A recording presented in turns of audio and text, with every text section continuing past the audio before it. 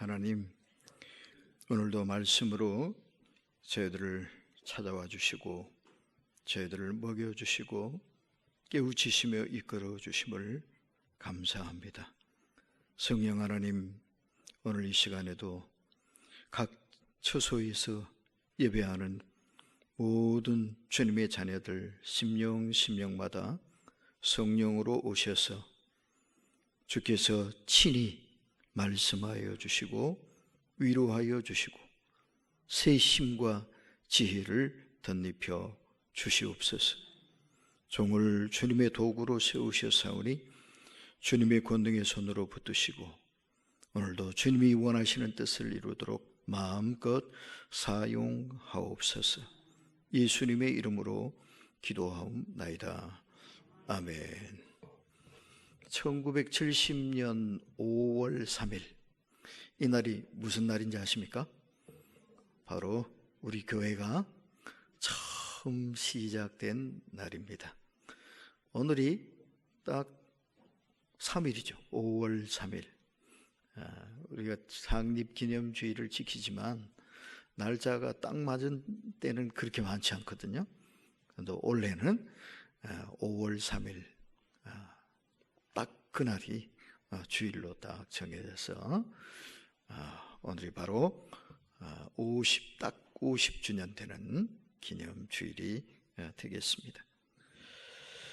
우리 교회의 역사가 이제는 역사라고 부를 만큼 연륜이 쌓여가고 있다, 이렇게 말할 수 있겠죠.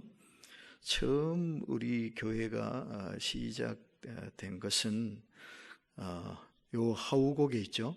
하우곡에 넘어가면 그 마을 복판에 예쁜 예배당이 하나 있죠. 지금은 이름을 전원교회 이렇게 써붙지 않았더라고요. 이 교회가 원래 이름은 뭐냐 하면은 바로 이 교회입니다. 사진을 한번 보여주시면 뭐라고 써 있어요? 대야리 교회 되죠. 대야리 교회예요. 이 대야리 교회의 이 하우고개를 넘어서 대야리 교회를 다니시던 분이 몇 분 계셨는데 그 중에 대표적인 분이 박영래 권사님이에요. 이 사진에 보면 그 간판 밑에 서 계신 분이 바로 박 권사님 같아요. 참 젊었을 때 예쁘셨네요. 이 권사님이 이 대야리 교회 새벽 기도를 고개를 못 하셨다 그러더라고요. 그러다가 안 되겠다, 우리 교회 세우자. 그래서 시작된 것이 바로 우리 부천 일신교회입니다. 우리 교회가 처음 시작될 때는 그냥 일신장로교회 이런 이름으로 시작을 했다고 그래요. 우리 안정찬 장로님 말씀을 들어보니까 저 부천역 앞에 그쪽 아마 국도변 어떤 건물에 잠깐 있었던 모양이더라고요. 그런데 지금 이 건물은 바로 이 자리에 있는 건물이거든요. 근데 교회 이름이 뭐라고 써 있는지 보세요. 뭐라고 써 있어요?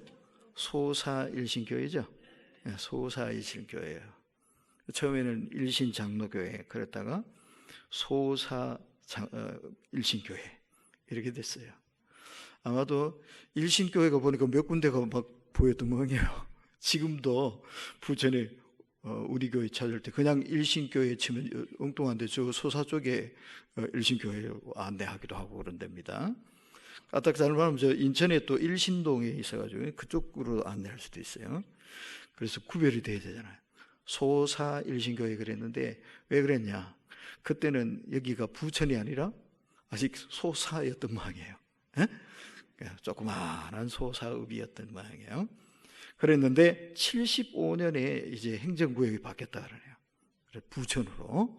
그러면서 이제 드디어 부천 일신교회, 이 예배당이 바로 그 예배당입니다. 옛날에 우리 이 예배당 기억하시는 분 계실지 모르겠어요. 많은 분들이 기억하시겠죠.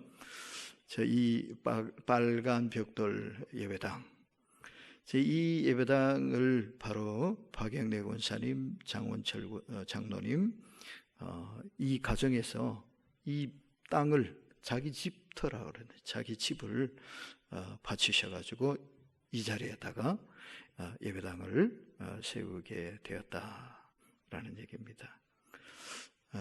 그래서 우리 교회는 창립하고 바로 예배당을 세울 수가 있었던 아주 운 좋은 복받은 교회라고 얘기할 수 있죠. 개척하자마자 예배당 짓는 교회 흔치 않잖아요. 70년에 개척을 했는데 71년에 예배당을 건축을 했으면 놀라운 거죠. 그리고 오랜 세월을 이 예배당에서 예배를 드렸는데요. 그나마 아주 컬러로 이쁘게 나온 사진이 이 사진이 있더라고요. 앞에 앉은 사람이 난데 근데 좀 아주 총각처럼 젊어 보이네요. 그래서 이게 아마 94, 5년쯤 된 것 같습니다. 그때의 모습인데 부천일신교회에 아주 선명하게 간판이 걸려 있습니다. 자, 우리 교회가 벌써 50년이 됐습니다. 우리 교회 나이가 50살이 됐다. 반백살이 됐습니다. 지금까지 이 교회는 바로 여러분들의 희생과 헌신의 눈물과 땀을 먹고 자라왔다 이렇게 말하겠습니다. 그래서 우리 교회를 세우기 위해 땀을 바치고 재물을 바치고 인생을 바친 그 어른들의 수고를 기억하지 않을 수가 없습니다. 사진 보여주시죠. 여기 이미 이제 하늘나라 가신 우리 장로님, 권사님들 몇 분 제가 찾을 수 있는 사진만 한번 골라봤습니다. 김석준 장로님 사진을 찾을 수가 없더라고요. 우리 김동원 장로님 아버님이 우리 교회 장로로 봉직하시다가 하나님 앞으로 나가셨는데 아마 제가 부임하고 얼마 안 돼서 돌아가신 것 같아요. 그래서 제가 우리 김석준 장로님에 대해서는 많은 것을 알 수가 없고 자료도 별로 없어요. 자, 맨 왼쪽에 위에 계신 분이 장원철 장로님입니다. 아래에 계신 분이 박영래 권사님이시고 네 분이세요. 이분들이 이 교회를 세우신 창립 공로자들이다 이렇게 보시면 되겠습니다. 장백석 장로님의 부친이시고 장주석 집사님의 부친이 되십니다. 그 다음에 계신 분이 장명석 장로님이신데 장인식 장로님, 서울로 옮겨가신 장인식 장로님의 아버님이시고요.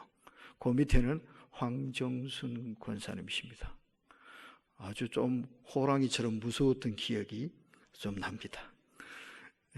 그 다음에 계신 분이 안영찬 장로님이십니다. 따로 사진을 구할 수가 없어서 단체 사진에서 오렸습니다. 우리 안정찬 장로님의 형님이시죠. 그리고 그 아래는 얼마 전에 하나님 품에 안 계신 우리 박정희 권사님이시고요. 또 이분들이 또 우리 교회를 세우는데 아주 큰 공을 세우시고 아주 힘을 많이 쏟으시는 어른들입니다. 그 다음에는 강한학 장로님이시고요. 그 아래는 이현옥 권사님이십니다. 이현옥 권사님은 우리 김동원 장로님, 김동규 집사님 모친이죠. 자, 이 어른들이 지금은 이제 역사가 되고 말았습니다. 이제는 앞으로 이제 우리 교회도 교회 역사를 책을 한 권 써야 될 텐데 역사 속에 이름만 남겨놓으신 그런 어른들이 되시고 말았습니다. 그런데 바로 이분들이 흘리신 땀과 눈물 그리고 바치신 헌신이 오늘 우리 교회의 밑거름이 됐다. 이분들이 없었다면 오늘 우리도 없는 것이다 하는 것을 기억해야 하겠습니다. 자, 여기까지 보겠습니다.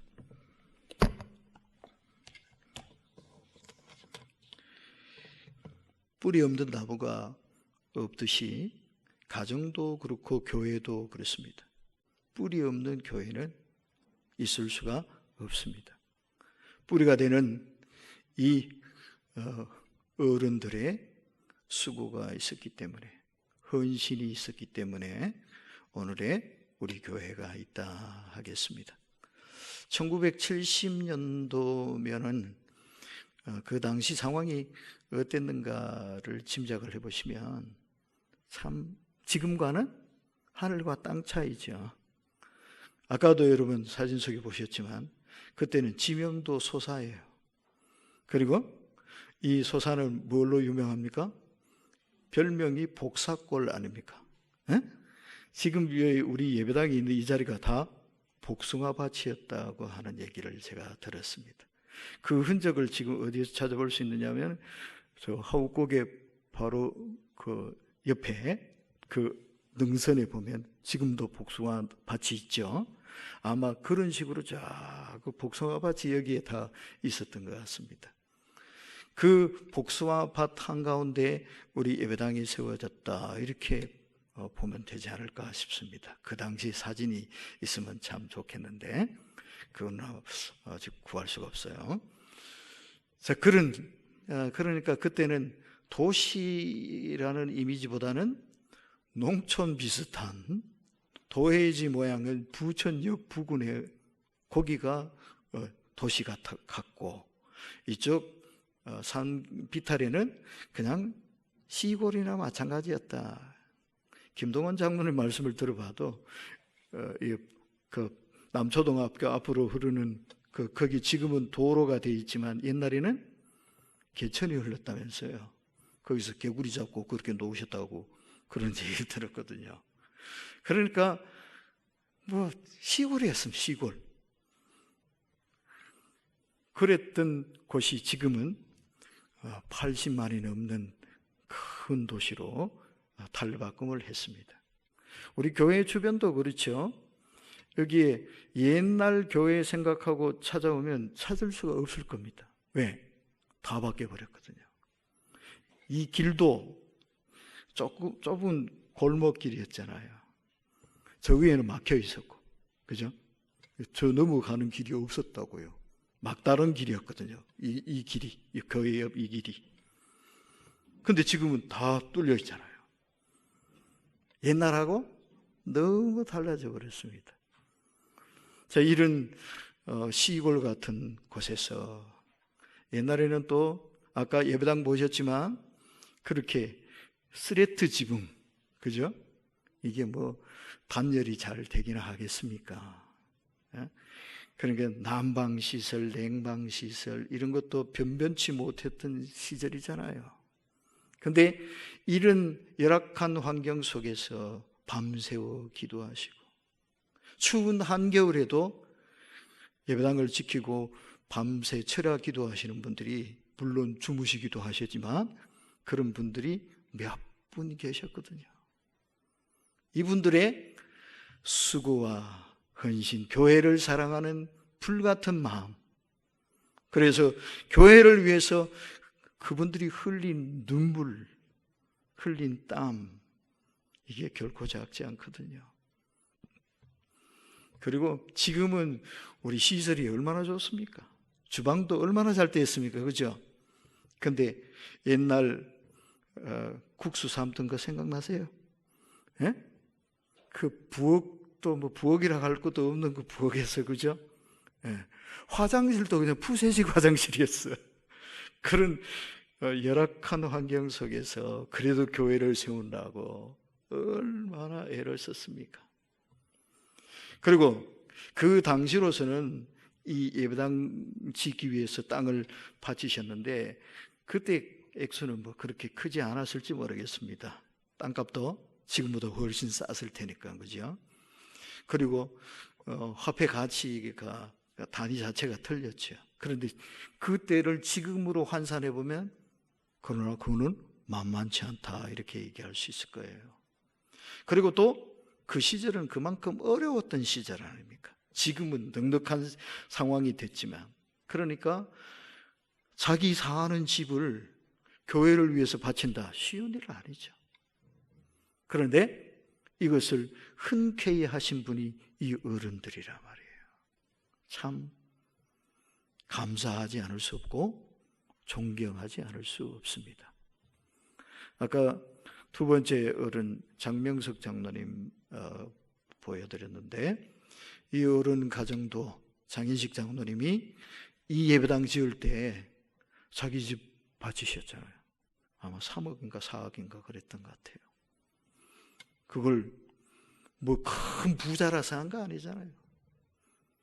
우리가 그 집 사정을 속속들이 다는 알지 못하지만 그렇게 큰 부자는 아닌 줄 제가 알고 있어요. 집안에 또 어른들 모시고 또 몸 불편한 부인, 지금 권사님이시지만 그 어른도 몸이 불편하셨잖아요. 치료를 계속 해야 되고 결코 넉넉한 환경에서 한 거 아니었어요. 이게 뭡니까? 헌신이죠. 이런 희생과 헌신이 씨앗이 되고 밑거름이 되어서 오늘의 우리 교회가 세워지게 되었다 하는 거 기억해야 되겠습니다. 그렇게 온 삶을 다 들여 세워놓은 교회가 이 교회인데 이제 우리가 어떻게 해야 될 거냐? 이 교회를 더 아름답고 보배롭고 영광스러운 교회로 가꾸어 나가야 할 사명과 책임이 우리에게 주어져 있다 하겠습니다. 그것을 감당하기 위해서 해야 될 일이 뭐냐? 우선은 여기 말씀 17절에 보시면요, 내가 오늘 여호와를 내 하나님으로 인정하고 그랬죠. 여호와를 뭐로 인정하고? 내 하나님으로 인정하고 이랬습니다. 저는 이 말씀을 하나님을 하나님 되게 모셔라 이런 말씀으로 이해를 하고요. 그러면 하나님을 하나님 되게 모시는 것, 그것은 무엇을 의미하는가? 하나님께 온 힘을 다해서 온 정성을 다해서 예배하라는 말씀으로 저는 이해를 하고 받아들였습니다. 바로 다른 데 한눈 팔지 말고 하나님께만 예배하고 하나님만 참신으로 인정하고 모셔라 하는 그런 말씀이잖아요. 그래서 교회가 보배롭고 영광스러운 교회로 세워지고, 그래서 하나님께 영광을 돌리고 이웃과 세상 가운데서 인정받고 칭찬받는 교회가 되려면 어찌해야 되느냐? 교회의 본분을 잘 감당해야 됩니다. 교회가 교회다워야 됩니다. 그런데 교회가 감당해야 할 첫째 본분이 뭐겠습니까? 그게 바로 예배란 말이에요. 예배를 잘 드려야 돼요. 예배에 하나님의 은혜와 축복이 넘쳐나야 돼요. 그런 교회가 복받은 교회요, 또 주변과 세계 속에 영향을 미치고 칭찬받고 인정받고 세상 사람들로부터도 사랑받는 그런 교회가 되는 법이다 라는 거예요. 예배가 없는 교회, 그런 것은 있을 수가 없어요. 그건 교회가 아니에요.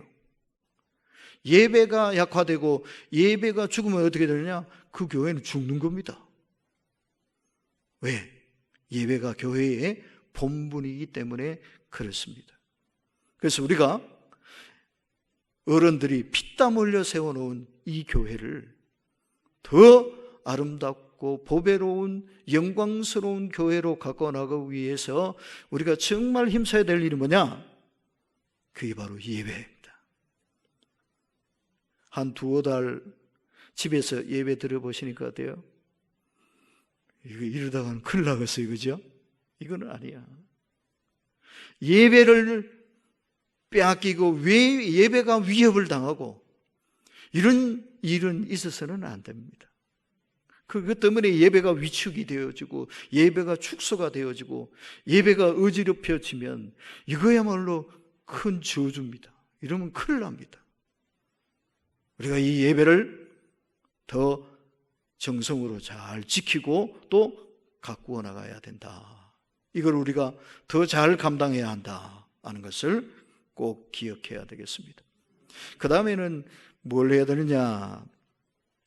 16절에 보면 오늘 내 하나님 여호와께서 이 규례와 법도를 행하라고 내게 명령하시나니 그런즉 너는 마음을 다하고 뜻을 다하여 지켜 행하라, 이렇게 말씀하고 계시죠.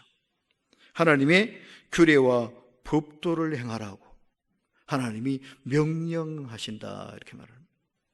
이 법도, 규례, 명령, 이것을 다른 말로 한마디로 표현하라 그러면 뭐라고 하면 좋겠어요?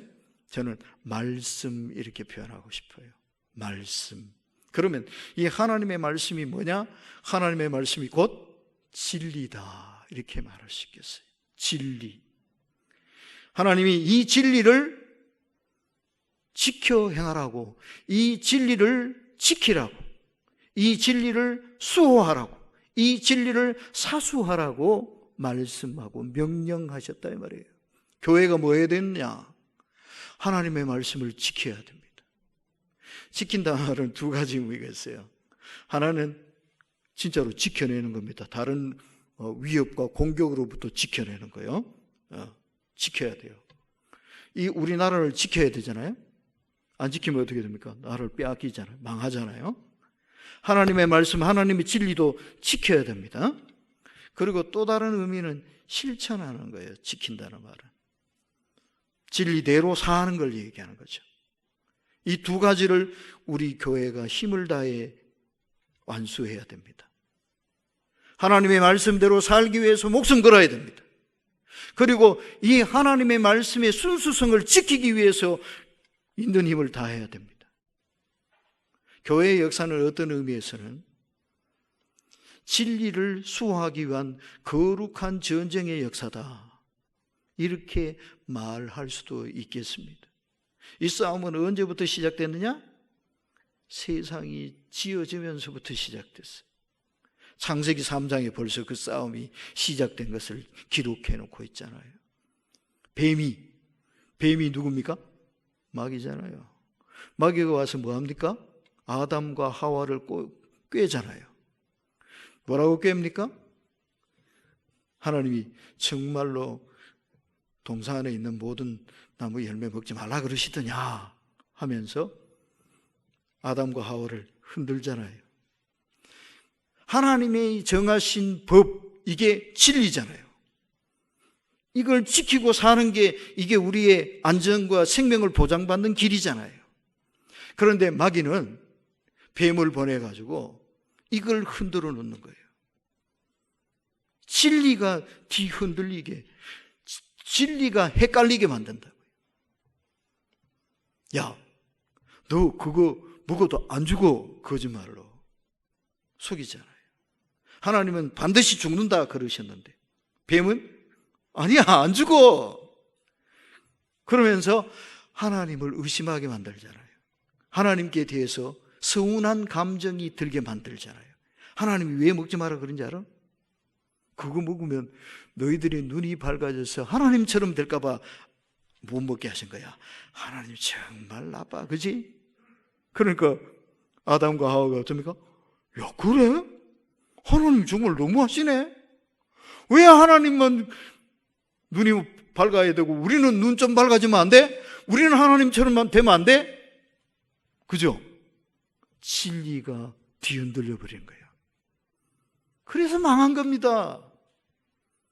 죄 짓고요, 죽음의 심판을 당하고 만 거잖아요. 이게 지금까지 이어져 오고 있어요. 오늘날 또 마귀는 교묘하게 교회를 공격하는데, 교회와 성도들을 잡아먹고 무너뜨려 버리는 아주 좋은 방법이 뭐냐? 진리라는 터전을 허물어 버리는 거예요. 하나님의 진리를 파괴시켜 버리는 거예요. 하나님의 진리를 짓밟아 버리는 거예요. 지금 여러 가지 모습으로 이 일이 지금도 진행되고 있잖아요. 하나님의 말씀이 권위가 없어지게 만들어요. 그거 아무것도 아니라고 생각하게 만들어버려요. 뭘로 그럽니까? 대표적인 게 요즘 동성애 문제, 차별금지법 뭐 이런 거예요. 그 명분은 그럴싸하잖아요. 자유, 인권, 권리, 권익. 그죠? 좋은 얘기잖아요. 사람들에게 자유가 있어야지. 사람의 권리를 보장해줘야지. 그죠? 그러면서 동성애도 뭐가 잘못인데? 자기의 성 정체성, 자기가 자기 자유롭게 결정할 수 있는 거 아니야? 그렇게 해줘야 되는 거 아니야? 그러면서 동성애를 옹호합니다. 성경은 뭐라고 말합니까? 안 된다고 분명히 말씀하죠. 남자가 남자하고 여자가 여자하고 관계하는 거 그거는 안 된다고. 그런 자들은 잡아다가 돌로 쳐 죽이라고. 하나님은 똑부러지게 말씀하셨죠? 아니라고 말씀하셨죠? 그거는 하나님의 정의, 하나님의 진리에 대한 도전이라고 분명히 말씀하시잖아요. 그런데 아니래. 그건 권리래. 자유래. 근데 이게 어디에까지 침투해 왔느냐? 뭐 국회에서 그러면 그거는 뭐 정치인들이니까 그걸 다 치고요. 근데 어디까지 그러냐? 교회까지 그래요. 교회까지. 신학교까지 그래요. 목사들까지 그래요. 이러면 어떡합니까? 성경에 기록되어 있는 하나님의 말씀을 그냥 없는 것처럼 짓밟아버리고 무시해버려요. 이 하나가 무너지면, 이 동성애가 작은 것처럼 보이지만 이 하나가 무너지면 전체가 다 무너지는 거야. 하나님의 말씀이 이제는 권위가 없어. 그거 성경대로 지킬 필요가 없어. 그러면 교회가 어떻게 설 수 있습니까? 하나님의 나라가 어떻게 설 수 있습니까? 지금 교회가 무너져 내리는 소리가 전 세계에서 곳곳에서 들려오고 있잖아요. 선진국이라는 교회들은 다 지금 쓰러지고 있어요. 왜? 이 진리의 기둥이 흔들려 버렸거든. 한국이 어쩌면 마지막 보루인지 모르겠어요. 다른 데는 다 무너져 버렸어. 지금 우리도 지금 위협을 당하고 있잖아요. 이거 지켜야 됩니다. 하나님의 진리 지켜야 됩니다. 진리의 말씀 사수해야 됩니다. 이게 교회의 본분입니다. 이거를 제대로 감당해야 교회가 교회답고, 그리고 교회는 보배롭고 영광스러워질 수 있는 겁니다. 50년 지났습니다. 이제 앞으로의 50년을 우리가 이제 열어나가야 합니다. 지금까지 50년의 세월들을 우리 어른들이 자신의 모든 것을 바쳐서 이 교회를 세워주셨습니다. 이제 앞으로 100년을 향해서 달려가는 이 시점에서는 우리가 그 어른들의 역할을 감당해야 될 줄 믿습니다.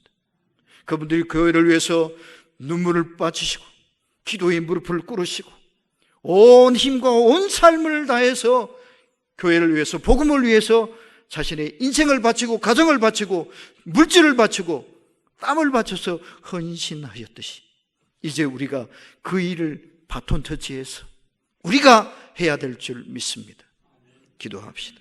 하나님, 50년 전 이곳에 우리 부천일신 교회를 세워지게 하시고 오늘날까지 하나님의 은총 안에 수많은 주님의 종들의 눈물과 땀방울과 헌신으로 이 교회를 세우신 하나님을 찬양합니다. 이제 어른들의 수고와 헌신으로 세워놓은 이 교회를 우리들이 더 아름답고 보배롭고 영광스러운 교회로 가꾸어 나가는 사명을 잘 감당해내도록 도와주시옵소서. 예배가 더 뜨겁게 살아 역사하는 교회, 하나님의 진리의 말씀이 수호되고 말씀이 시행되어지고 말씀대로 살아가는 성도들이 있는 교회, 하나님이 영광을 받으시고 세계가 온 세상이 부러워하고 두려워하고 칭송하는 교회로 우리 부천의 신교회가 날로 날로 성장하고 발전해 나가도록 축복하여 주시옵소서. 예수님의 이름으로 기도하옵나이다. 아멘.